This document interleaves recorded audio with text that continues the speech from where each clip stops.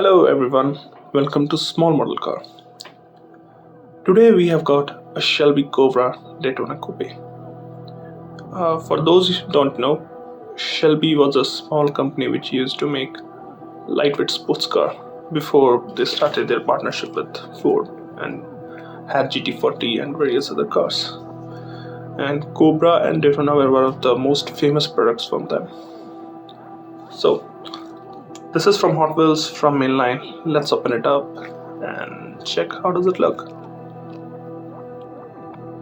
So the very first thing anyone will notice is the paint job on this. This is called the Gulf livery.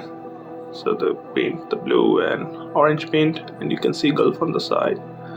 Also you can see the side mounted exhaust, which is also very common on the Cobra.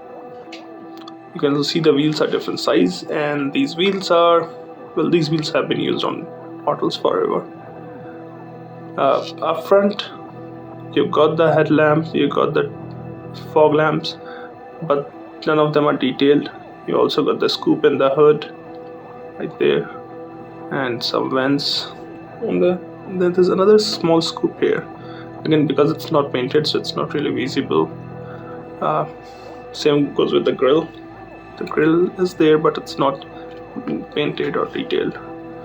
Now on the driver's side, again you can see this same exhaust coming from the side. This is a race car, so you will see the small window there. The doors, again not such a big doors. Vents here on the side.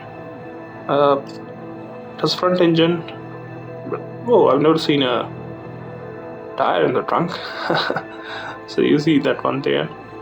Again, a small spoiler in the back. On the back again you got tail lamps, but none of them are detailed. So if you want, these are easy to detail, you can add the details on them.